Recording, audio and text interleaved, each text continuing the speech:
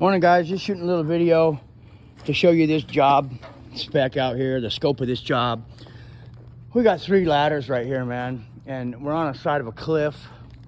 Some of the ladders are too tall to get up in here. Some of them are too short to get in here.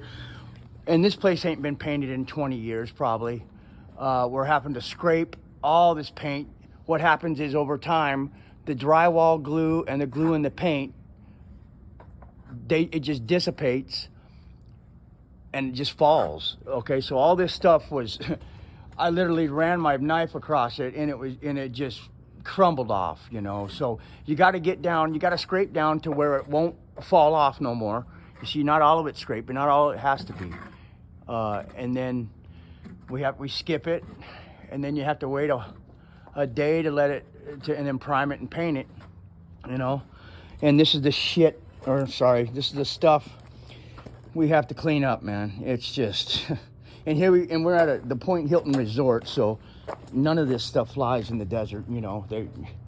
It's just and yeah, I know everyone's saying, why don't you put a drop cloth down? It's easier, I'm telling you, it's easier just to pick this stuff up and not have these drop cloths get tangled up in our feet on the ladders. And it picks up pretty easy. It really does. It's just big chunks. But man, you know. And then we got a ladder to get. We got 4 ladders within 10 feet of each other. One to get down the cliff, one to get up to the tall. You know, that's a 46-foot ladder, and it's like triple gauge steel. I've never handled a heavier ladder than this in my life.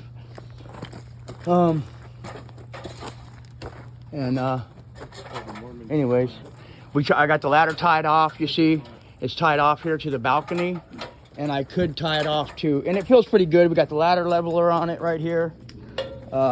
You know, what could go wrong, right? It's on the side of a cliff. No, safety first, guys. You see, it's nice and solid, you know.